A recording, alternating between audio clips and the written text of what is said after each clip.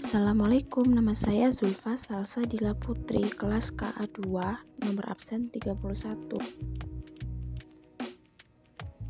Di sini saya akan menjelaskan tentang kemagnetan medan magnet dan elektromagnetik.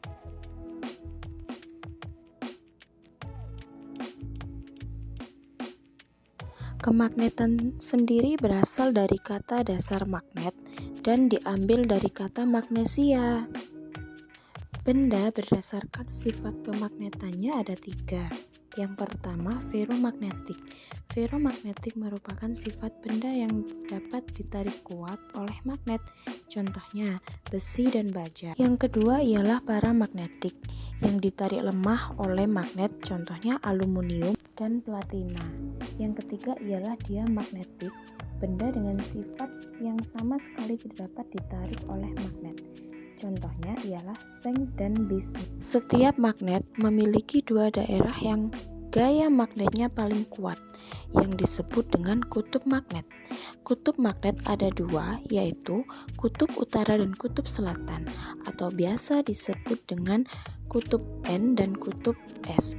N sendiri berarti North yang artinya utara dan South yang artinya selatan.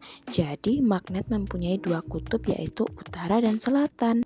Kemudian magnet juga memiliki sifat-sifat yaitu tolak menolak dan tarik menarik.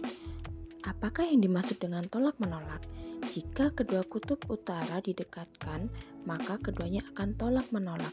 2 kutub selatan jika saling didekatkan juga akan tolak menolak. Akan tetapi, jika kutub utara didekatkan dengan kutub selatan, maka kedua kutub akan saling tarik menarik. Teman-teman, ada 3 cara membuat magnet.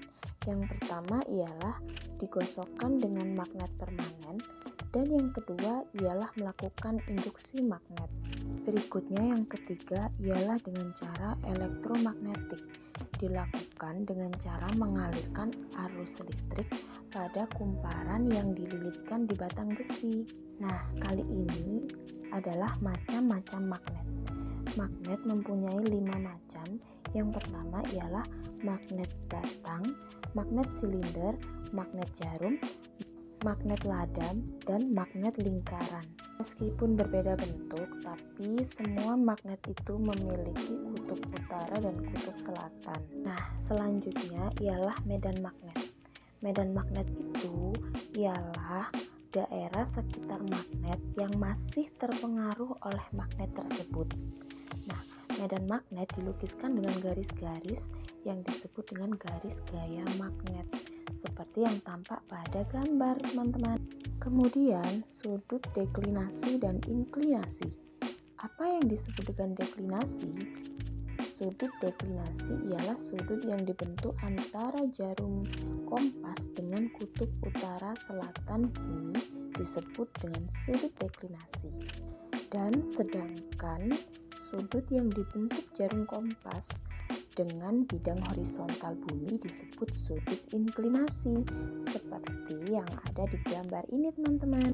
Selanjutnya kita akan bahas medan magnet di sekitar kawat berarus yang diselidiki oleh Hans Christian Ørsted. Untuk menentukan arah medan magnet digunakan dengan yang namanya kaidah tangan kanan, yang artinya ibu jari menunjukkan arah arus dan lipatan keempat jari menunjukkan ke arah medan magnet. Semakin besar kuat arus, maka makin besar kuat medannya. Semakin dekat jarak ke kawat, juga semakin besar pula kuat medan magnet. Untuk membuat medan magnet yang kuat pada sebuah penghantar, maka penghantar harus dibuat kumparan atau lilitan, yang juga disebut dengan selenoid. Menentukan arah medan magnet pada selenoid menggunakan aturan genggaman pada tangan kanan, yang artinya ibu jari menunjukkan arah medan magnet yang utara dan lipatan keempat jari menunjukkan ke arah arus. Nah, sekarang apa saja sih keuntungan menggunakan elektromagnet? Yang pertama ialah kemagnetan dapat diperkuat dengan memperbanyak lilitan. Yang kedua, Sifat kemagnetan dapat dihilangkan sewaktu-waktu dengan memutus arus. Yang ketiga ialah kutub dapat diubah dengan cara mengubah arah arus. Contoh dari alat yang menggunakan prinsip elektromagnetik ialah alat pengangkat benda atau misalkan katrol. Yang kedua bel listrik, pesawat telepon, atau relay. Sekian dulu ya penjelasan dari Zulfa. Apabila ada kurangnya, Zulfa minta maaf. Terima kasih teman-teman. Thanks for watching. Wassalamualaikum warahmatullahi wabarakatuh.